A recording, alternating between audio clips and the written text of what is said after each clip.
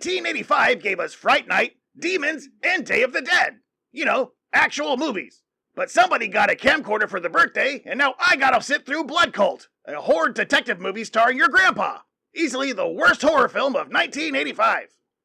The box proudly claims that this is the first horror movie made for the VHS market. Right. I think Boarding House and Sledgehammer would like a word. But hey, first or not, this one sure feels like it was filmed first. We kick things off with a sorority girl taking a shower, which lasts way too long and not nearly nipply enough. Suddenly, a black-coated figure creeps in and hacks her up with a cleaver.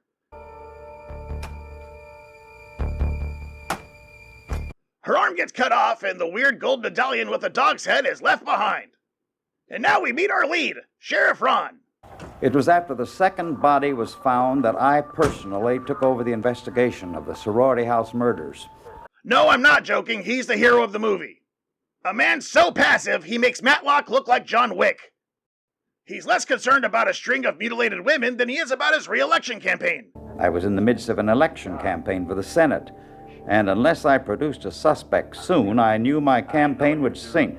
And instead of, investigating the murders, he outsources the work to his daughter, Tina, the librarian. Did you find out anything about those trinkets I gave you? Yeah, a little, but... Probably for the best, since Ron's idea of investigative logic is just to blame Dungeons and Dragons. Could this be some kind of Dungeons and Dragons game or some scavenger hunt going on around here somewhere? You heard anything? I'm not kidding. He seriously tries to pin the murders on D&D twice in this movie.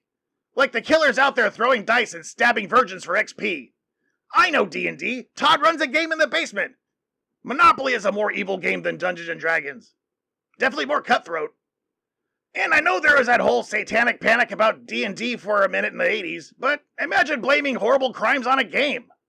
Wait, we still do that. Ugh. So the cast of Blood Cult comes in two varieties, homely and really homely.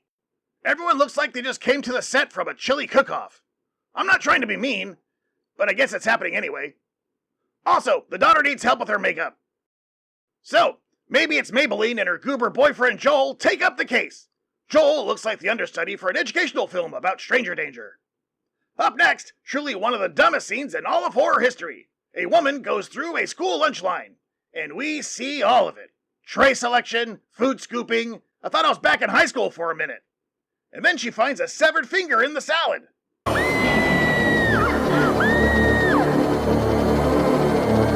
Now it really sounds like high school. Anyway, later on, Ron is at a diner and someone spikes his coffee just before he does a stakeout to find out where the cult might be. Sheriff, you all right? Yeah, I'm just a bit dizzy, that's all. While he's tripping his old nuts off, the entire cult, including his daughter Tina, show up and explain their motives like their goddamn Goldfinger. Their plan? Kill women, collect body parts, and stitch together a new meat puppet to offer to their dog god. Sure. The body to make the sacrifice complete. Just to make this clear, they're chopping up girls and taking body parts so they can take those body parts and sacrifice them. Kind of a hat on a hat. By the way, that already is human sacrifice. You don't need to go bring the pieces back and kill them again. And then Oldie Han over here wakes up in the hospital like nothing ever happened. No, I don't remember. And there's still 30 minutes of the movie left. You have an election coming up, and I want you to be in good shape. Yeah, sure need to be in good shape. Sheriff Depends does another stakeout, this time outside a girl's dorm where Tina's tutoring, all while chomping on a bag of Arby's. Man, they really undersold the film's sex appeal, didn't they? After hearing a ruckus, Pappy walks on in to see Tina, teased out like Stevie Nicks, eyes wild, murdering Joel, her doofus boyfriend. Not you. She launches into a deranged monologue about how she did it all for her dad's career, which is hilarious, because if this was the plan to get dad reelected, I don't know, maybe a billboard next time? Then, after far too much whining from both of them, Tina takes the world's slowest walk to the roof and then eats herself off.